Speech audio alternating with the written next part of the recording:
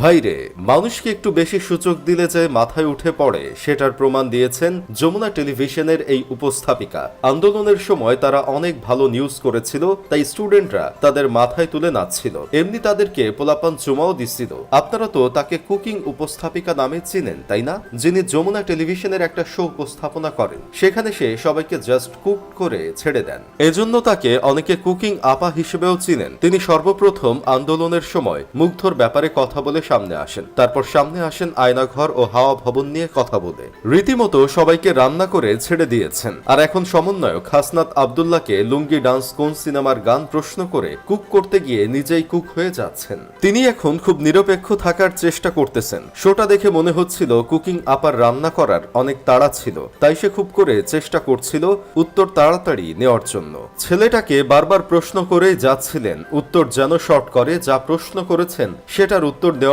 জন্য তিনি উতলা হয়ে পড়েছিলেন। এসব নিয়ে হচ্ছে এখন সমালোচনা। কেউ কেউ বলতেছে বেশি বাক স্বাধীনতা পেয়ে একটু বেশি উপরে উঠে যেতে চাচ্ছেন তিনি, আবার কেউ কেউ বলতেছে উপস্থাপিকা যা করেছেন সঠিক করেছেন, কেননা নিচের বিরুদ্ধে গেলেই খারাপ হয়ে যাবে নাকি। এখন দেশ স্বাধীন বলতেছেন ঠিকই, কিন্তু স্বাধীনভাবে কথা বললেও মেনে নিতে পারতেছেন না কেন?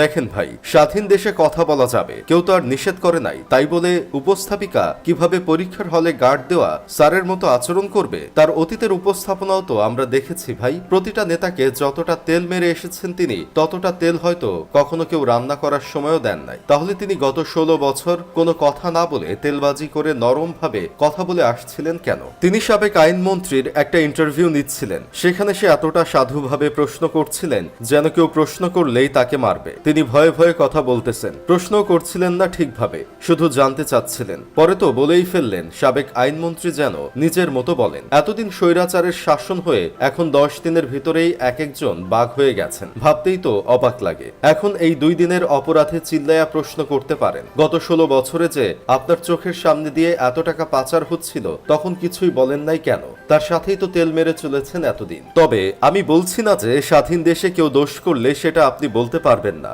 দোষ করলে অবশ্যই বলবেন। তবে এখানে একটা কথা আছে, আপনি যখন যেই স্বাধীনতা নিয়ে গলা ফাটিয়ে এভাবে আওয়াজ তুলে প্রশ্ন করতে পারতেছেন সেটা আগে পারেন নাই। মাত্র 10 দিনে ছাত্রদের আপনি ভুল ধরছেন এবং প্রকাশ্যে তা বলতে পারছেন, এতেই প্রমাণ হয় যে দেশ স্বাধীন হয়েছে। কারণ গত 16 বছর ধরে আপনাদের মুখ টোটালি বন্ধ ছিল, কাউকে একটা ফুলের টোকা দিয়েও কথা বলতে পারেননি। এখন যেহেতু বলতে পারছেন, মানে বুঝতে হবে আপনাদের এই বলার অধিকারটাই ছাত্রদের প্রাণের বিনিময়ে এসেছে। তাই এই স্বাধীনতাকে বিফলে নিবেন না। নতুন ও সুন্দর দুর্নীতিমুক্ত দেশ করতে সবাইকে সাহায্য করুন। আবার কিছু আফসোস লীগের মানুষ বের হয়ে গেছে, যারা কিছু হইলেই বলে বেড়ায় এমন স্বাধীনতা কি আমরা চেয়েছিলাম? আপনি কেমন স্বাধীনতা চেয়েছিলেন তা জানতে কেউ আগ্রহী নয়। আগে তো পা চাটতেন, এখন আবেগ চাটতেছেন। সো এসব ভণ্ডামি থেকে বের হয়ে আসেন। যাই হোক, শেষমেশ আমি গোলাম হোসেন একটা কাজের কথা কই, এখন যেভাবে কথা বলার সুযোগ পাচ্ছেন, সামনেও যেন দুর্নীতির বিরুদ্ধে এভাবেই কথা বলতে পারেন, সেই দিকে খেয়াল রাখবেন। আবার যেন পরবর্তীতে চুপসা বেলুন না হয়ে যান। এই আওয়াজটা অনেক থেকে তোলা দরকার ছিল আপনাদের।